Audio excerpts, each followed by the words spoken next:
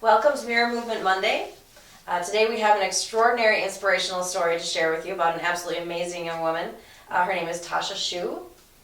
Tasha was a normal, active, everyday teenager, grew up in small town Wisconsin, and very into sports and theater and such. It was during this time that you fell in love with theater and the dream of pursuing the performing arts. But that changed on November 11th of 1997.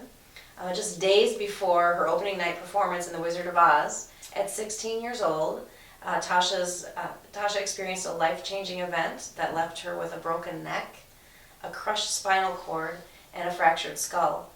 She would never walk again. But today, Tasha's an inspirational speaker and has proven that the odds can be overcome.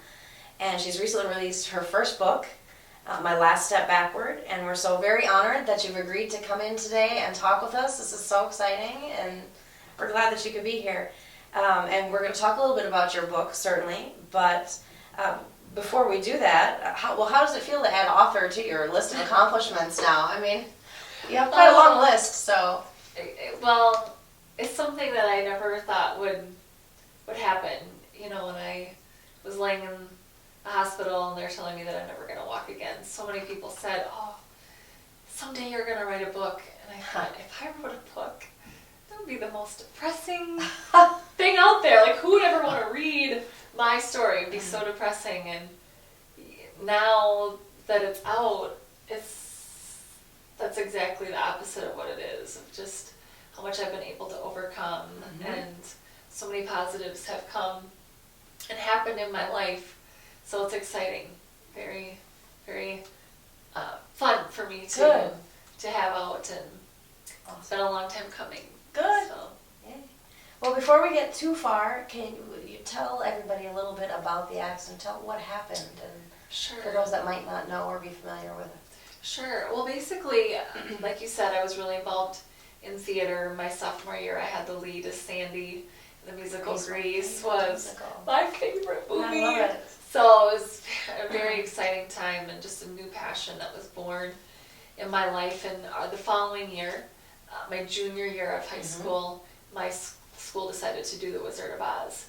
And I was not cast as the lead, I was cast as a chorus member, which meant I was doing scene changes, a lot of the technical parts of theater, versus the year before where I was always on the stage, so I didn't do any of this. This is all new to me.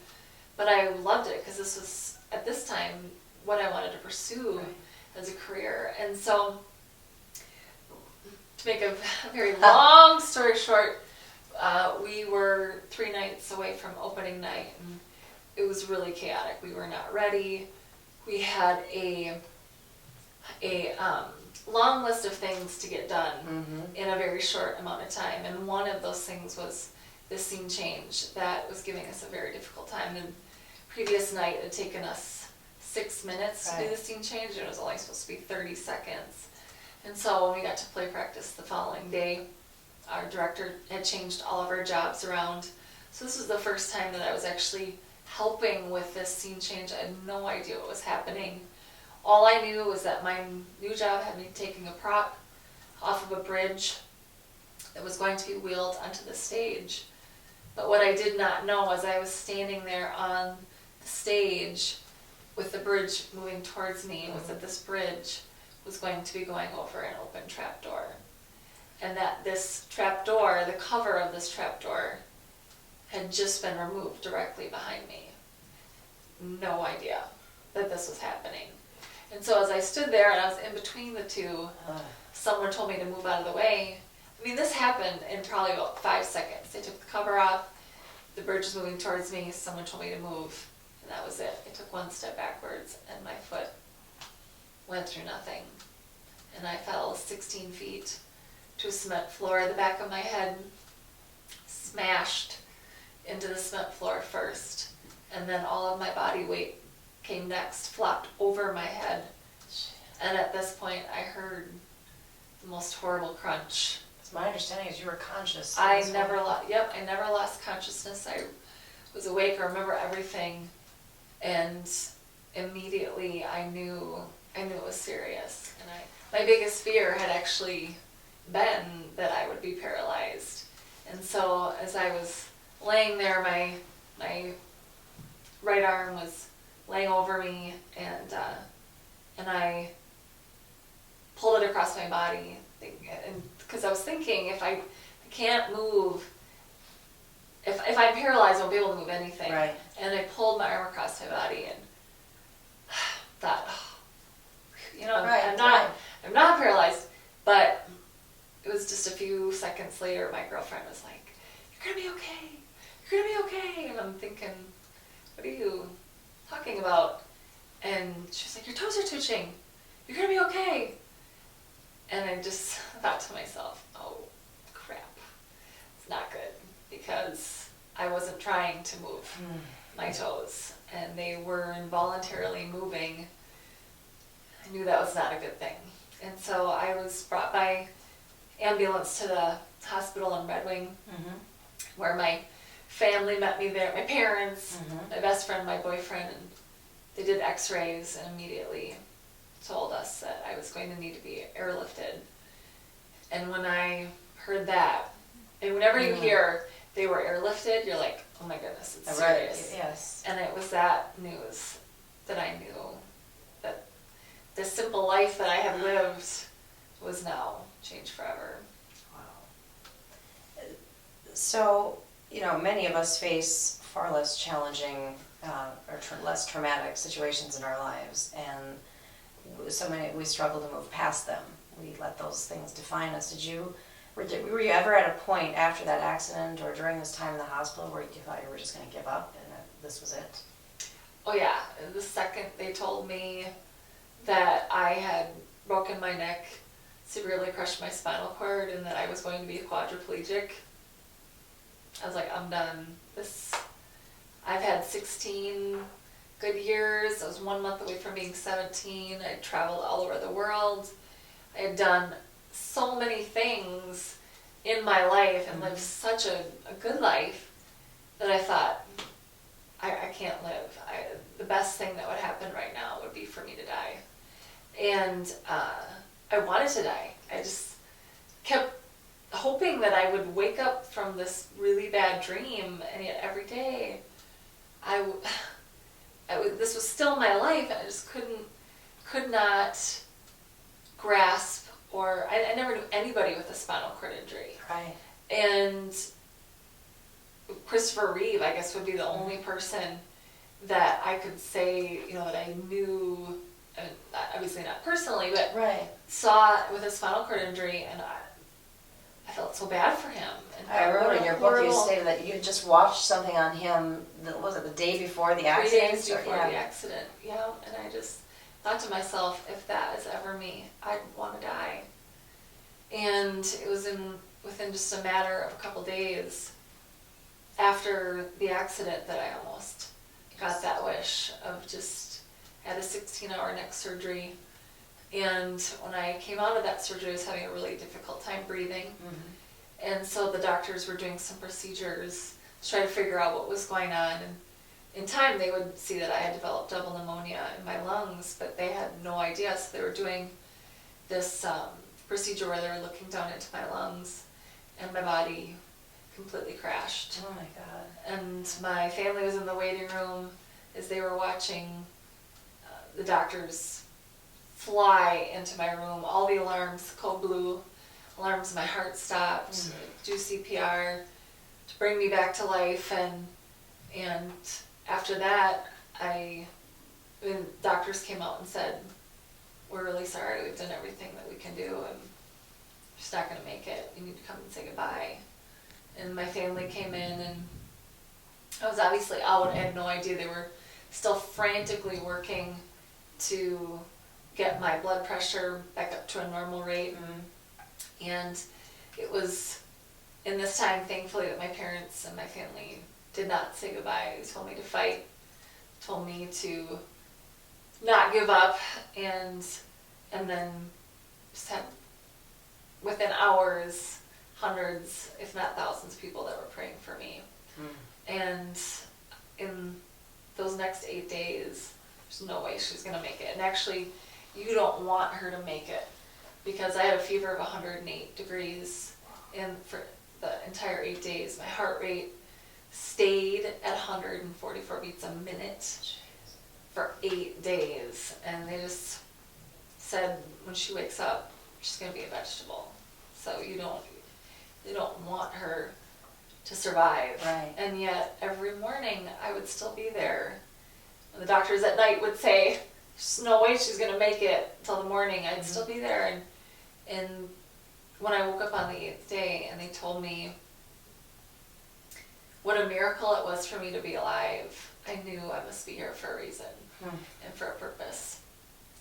I can't even begin. I mean, just what your family must have gone through during that time, and It's horrendous. Wow. I mean, very trying time for all of us, as every single one of us was trying to imagine how this was going to change our lives and what the future was going to hold. And I still had my days where I wanted to give up, many of them. of course. Many, many, many of them. But deep down, after I survived, I had my neurosurgeon, 40-year-old grown man, sobbing on the edge of my bed. God, I just knew I had to hold on to that. Right. That someday something good could come from this. I don't know how, I don't know when, but it has Right. to be for a reason. Just a reason. And that leads actually to the next question, which because the mirror movement is really all about changing perspective. And obviously, you had to completely change your perspective. And I'm assuming that that's the point where that perspective started to change for you, and how you started to look at things a little bit differently, and kind of talk about that process. Then from that point on, you started to change the way you were looking at things. Well, I did, and yet at the same time, as anybody would fall into the trap of depression, I fell into it, and I fell very deep. I spent the next 5 months in the hospital doing my rehabilitation, trying to learn how to use a body that didn't do anything that it had done for me. I couldn't get dressed on my own, couldn't get out of bed on my own. All of these things that I had done for so long, independently, since I was 3 years old, Right. and now having to have other people do this for me, it was devastating. It was just a very, very trying time. Not only the physical, but my parents' marriage is falling apart. My boyfriend and I broke up. My best friend only came to see me twice. There was so many factors that were just constantly screaming at me saying, your life is over and you're never going to amount to anything.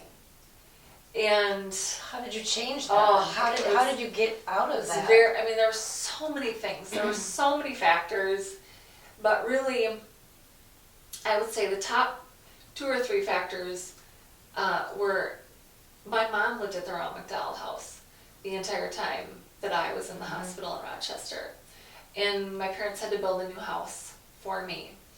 So the house wasn't ready yet, so I literally lived at the Ronald McDonald house for a month before moving back to Ellsworth. And this was when I got to see other kids. Because at this point, I thought nobody had it worse than me, that life was unfair, and I just couldn't figure out why me. I think that was my biggest question, why me?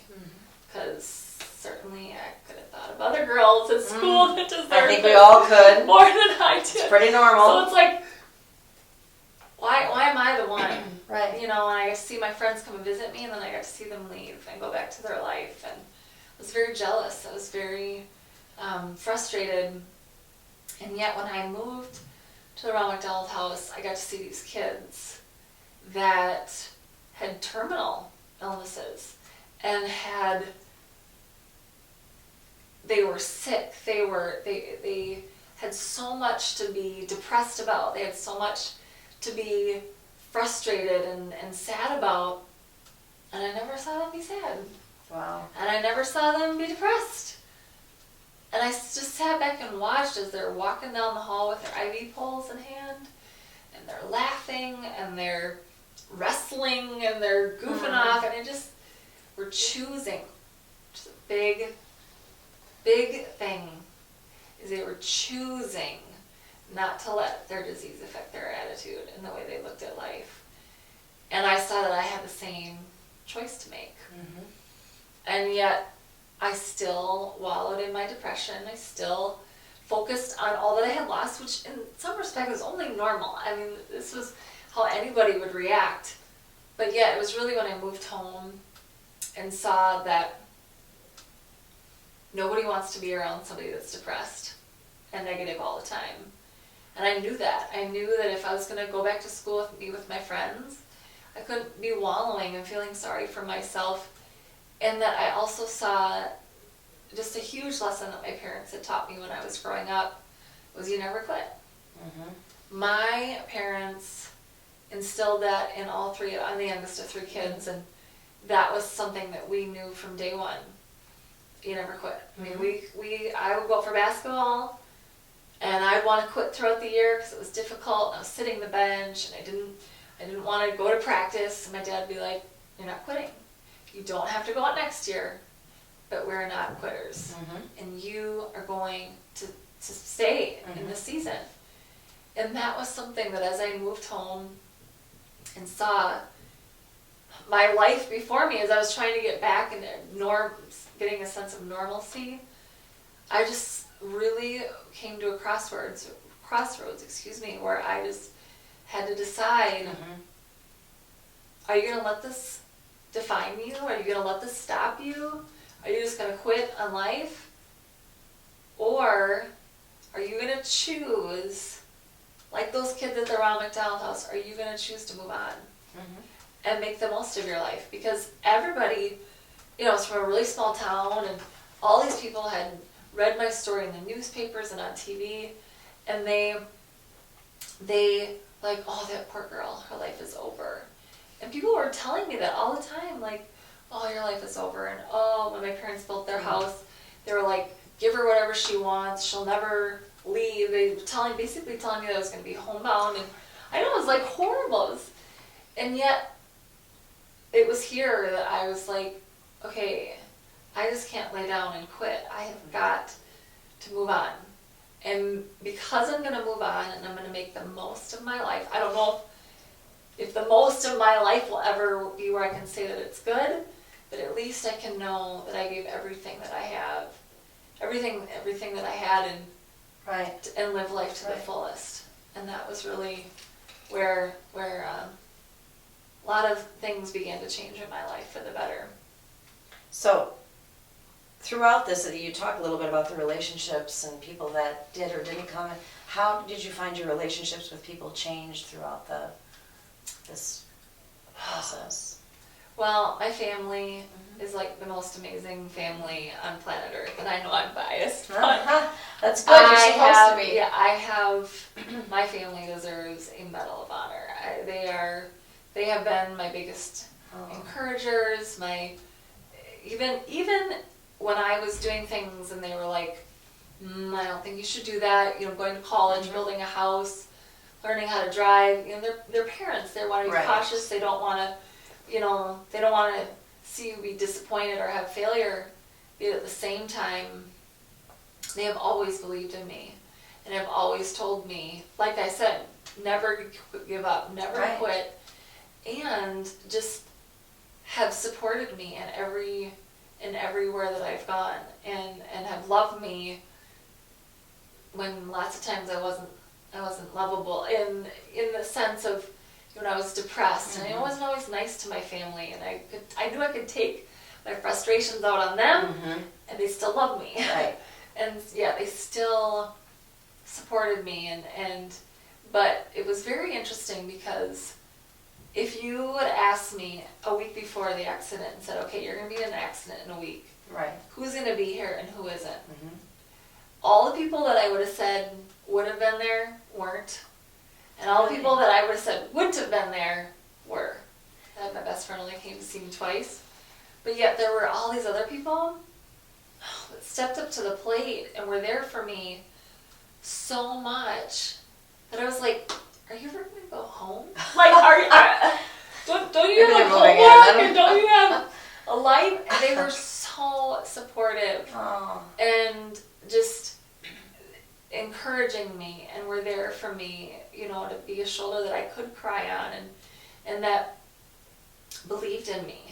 And so where there weren't, where it wasn't what I thought it would be, I ended up with this amazing support system of all this encouragement and I mean, you just wouldn't even believe how the support of letters and cards and gifts to my hospital room, and I mean, the hospital said they'd never seen anything like it. Wow. And I just knew that people were rooting for me, and I didn't want to disappoint them. And I wanted to someday say this was a good thing. When somebody is telling you that, oh, what a tragedy, that poor girl, I'm like, I don't want people feeling sorry for me. I don't want pity. That's not me. Well, I got to turn this around. I've got to make this. And walking was not an option.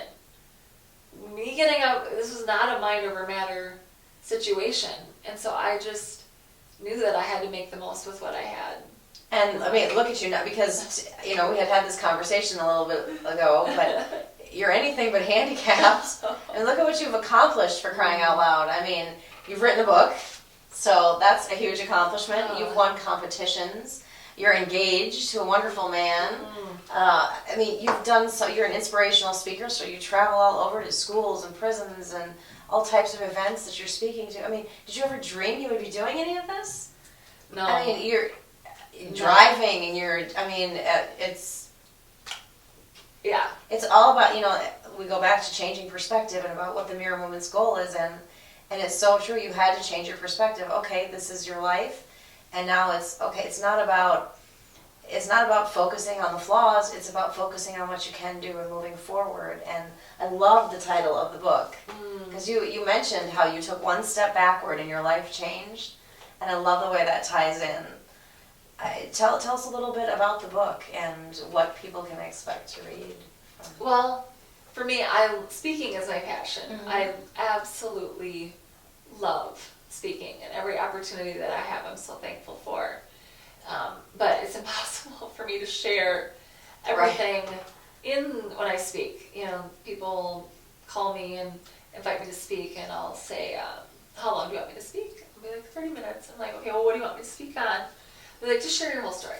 Huh. And I'm like, oh my goodness, if I was to share my whole story, we'd be there for like 3 weeks. So it's impossible for me. There's so much that I have to leave out when I speak. And the more I share my story, the more I do speaking, I realize that there are big portions and things that happened that got me to where I am today that there's no way for me to even touch on when I'm speaking. And so I started the process about 2.5 years ago. Really? Yep. Oh my gosh. Yep. Okay. Yeah, I know. And when I was like, yeah, I'm gonna write a book. It'll be done in like 3 months. That's what it's super easy. Not writing a book is quite complicated, and is with as busy as my schedule is, with all the other things that I do, even just besides speaking. So it was the perfect timing. The thing is, in life, is we try to rush through things, and we just want to get them done, and we want to get them out, and yet I look back and I realize just the perfect timing of this book, because if it would not have come out when it did, the Miss Wheelchair USA competition would have been in there, my fiance Doug would not have been in there, so we just have to trust in the perfect timing of everything. I know sometimes we're just in such a hurry and we're just discontent. You want everything now. Oh, that instant gratification. We are all guilty. I am just as guilty as everybody else. I'm not patient. No, patience is my worst virtue, especially when it comes to wanting to get to the next stage of life. But we just have to enjoy, to learn, to live every day to the fullest. In writing the book, have you found that putting your story in writing, has that changed you in any way, or has that, what effect has that had on you, putting your story down? Well, in writing it, brought back a lot of memories, because it's so easy for me today to look at how good my life is, to really forget how difficult it was going through what I went through. It was extremely difficult. And with life being so good today, it's like, yeah, I was in that accident, but life is good. Mm-hmm. And going back and putting it all on paper brought a lot of it back to me. Mm-hmm. And it was a good thing because, again, it just reminds me how far I've come, Mm-hmm. and all that I have accomplished. You know, it's like, yeah, I went to college, and yeah, I have 2 bachelor's degrees, and yeah, I do this, and yeah, I do that. It just seems like normal, where I forget what a struggle it was to get there, and Right. to go through it, and to persevere through it, and to be determined not to give up. Because there were many days where I wanted to quit, and that was what it just reminded me over, is how far I've come. How just this journey that, you know, today I wouldn't trade my life with anyone. I wouldn't change what I've been through. I'm thankful that I took my last step backward. I'm thankful that my accident happened. But writing the book just brought back a lot of those times that were, it's like, whoa, yeah, oh my goodness, I fell through a trap door, and oh my goodness, it's such a miracle that I'm here. Just remembering and just being thankful for every day. Perfect. Well, it helps you focus on your accomplishments, Oh, focusing on all that. I yes. mean,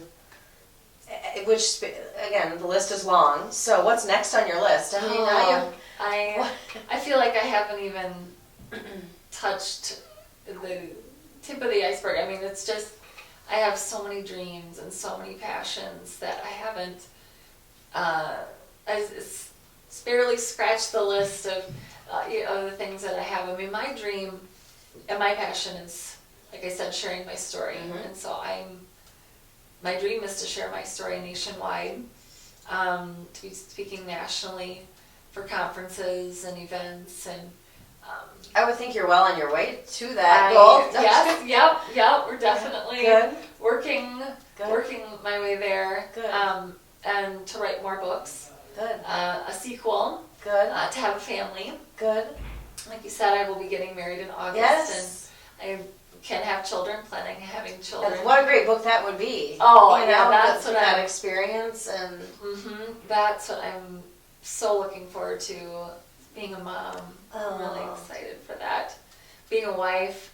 And just, I love to sing.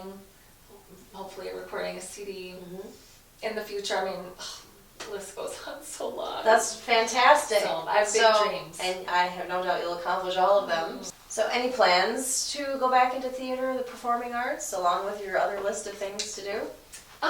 You know,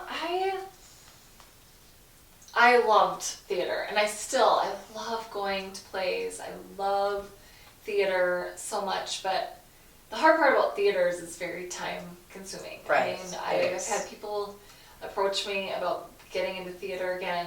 Like, I'd love to when you practice. And they're like, oh, Monday through Friday for 6 weeks. And I'm like, that would never work. I mean, I'm usually speaking at least a couple nights a week, a couple days throughout the week. So, and for me, my passion of theater, I feel, has transitioned over into my passion of speaking. And so I would never be against it, but it just seems like my schedule, I'm doing what I love. Good. What I absolutely love Good. today. And so that's kind of my fill of, and my Perfect. fix of what theater brought into my life is what speaking is doing. And I'm sure all of that background has helped with your speaking in the public. And, yeah. So Oh, yes. Very perfect. much so. Good. Well, what advice would you give to anyone who's going through a crisis of any kind? You know, we all face different situations in our life, and what advice would you give to people that are facing those?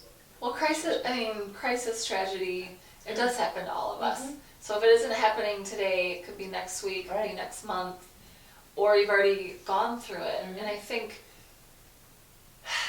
there's so many things I could say, but for me, I think probably the most important thing is just to take one day at a time. For me, when I had my accident, my biggest fault, I think, in the beginning was thinking 5 years down the road, 10 years down the road. And when I would begin to think about that, I would get so depressed, because I'd be like, I won't be able to get married. I won't be able to have kids. I won't be able to do this. I won't be able to do that. even though the doctors had already told me that I could do all these things, I just immediately, we're so quick to focus on the negative. I think especially being women, we're always looking at our flaws constantly. Oh my goodness. Oh my goodness. We just, it's like ingrained in us from day one. And it is. And then facing these types of odds, then I can't even imagine. Yeah, it was very difficult. And somebody had just told me, they had actually given me a poem that said, it's titled One Day at a Time. And that was what I did. I refused to think beyond today and just live the most for today.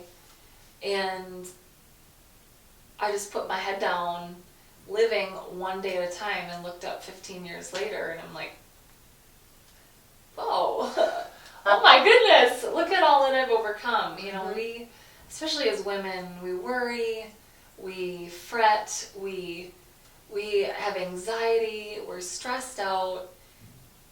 All of these negative things that if we could just focus on today, right, that we would just live life so much more to the fullest.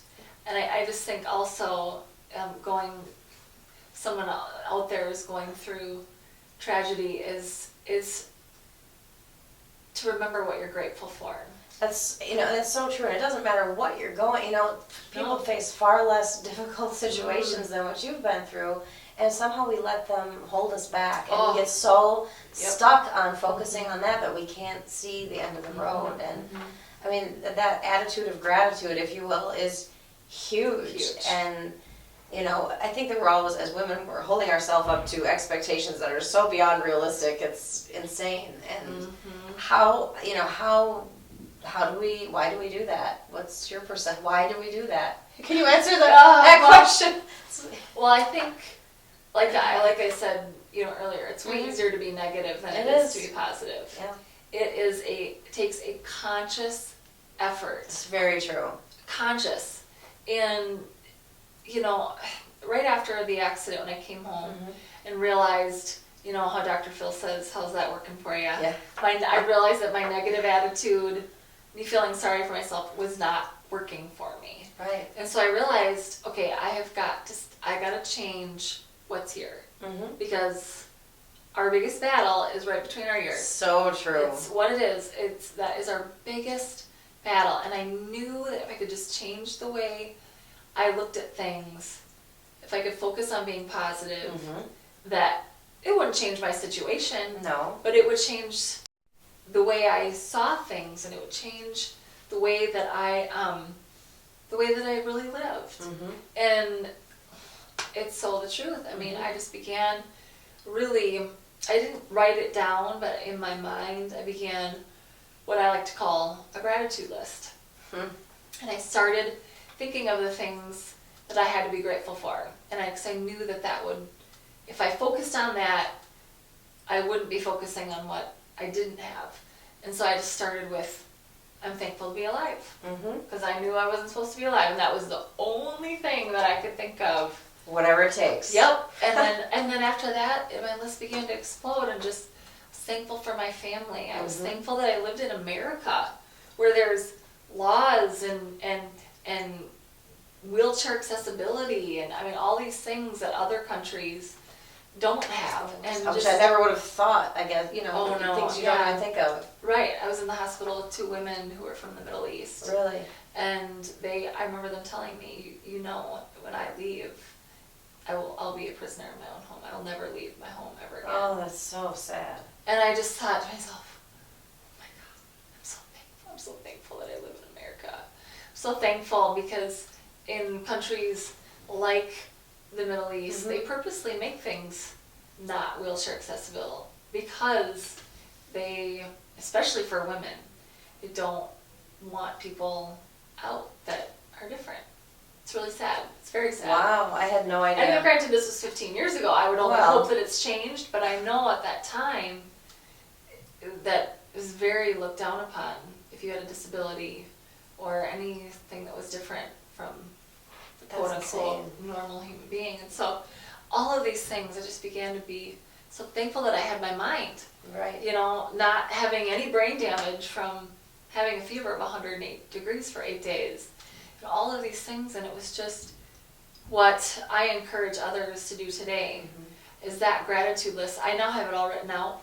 I went through a really difficult time a couple of years ago where I turned 30 and I was single and oh my goodness, all these things, and I was in a really bad relationship, and I went through some medical things where I had to be in bed for 2 months, like flat on my back, and it was a very trying time, and I pulled out that gratitude list. Because every morning when I woke up, I wanted to cry. I wanted to feel sorry for myself and how I thought life was good and how it really wasn't, and I was like, no. You're not going there, Tasha. You are way better than this. And you speak about this. You speak about this all the time. You have to practice what you preach. And that's exactly what I did. And I'm just so... It works. It makes a huge difference. And when you're in depression, it is so hard to pull... I mean, it's a slippery slope down. Yep. And you feel like crawling out of that hole is so hard and it's never going to happen. But I tell you, make a list of things that you're grateful for. Grateful that you have running water, you have food, 3 meals a day, you have healthy children. Whatever. There's always at least one thing. Always. And it's always way more than one thing. It is, but you start with one. Right, and that's what it is. It's starting with the one, and that's when the list begins to explode. It's funny that you mentioned a gratitude list, because I just... thanks to a friend, there's an app that you can download that's a gratitude list. Are you serious? I am serious, and I started February 1st, and every morning I add to that gratitude list, and when I'm having a rough day, just recently, I'm like, I really can't think of anything, and you go back through your gratitude, and all of a sudden, oh yeah, I'm grateful for this, and oh yeah, I'm grateful. Suddenly, you're like, oh wow, guess it's not so awful, I can be grateful for this, and you find things, it changes your perspective. Everything is about perspective. I mean, people look at me and they're like, oh, that poor girl. And I'm like, no, don't feel sorry for me. My life's amazing. They're like, but you're sitting in a wheelchair. I'm like, I know, but look at what you've accomplished. Yeah, I mean, that's the thing is everything is about perspective. It's putting on those goggles that says life is good. Exactly. And it's amazing. And it is so important too, not only having an attitude of gratitude, but just, I really believe in the power of words. Yes. I believe in the power of saying things out loud. When I went through that difficult time, I actually had all these sayings that I wrote on my mirror in my bathroom. I love that. These erasable markers, and I just wrote up all these things about great things are coming my way. The best is yet to come. I will not worry. I refuse to live in fear. I love that. I radiate beauty inside and out. Because I didn't feel that way at that time. In any of these ways. In any of these things. And yet I look at my mirror and how every morning I would purposely get up and I'd read them and I'd say them out loud. And I'm living it. And that's something simple that we all can do. Every woman should be getting those erasable markers and writing on their mirror. And reminding themselves, so when you get up in the morning and you start telling yourself and you start looking in the mirror and picking yourself apart, you read that. Because I love that idea. It has, I cannot tell you the world of difference that it has made. Because for me, the mornings were the most difficult times.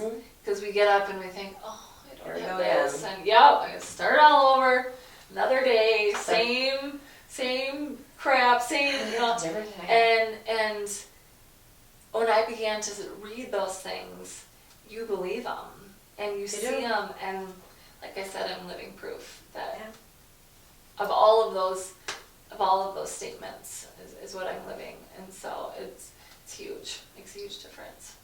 So if you could leave women with one piece of advice, what would you say? Oh my goodness. Nothing like asking you to narrow it down, right? Well, oh my goodness, there's so many things I could say, but, there's always hope.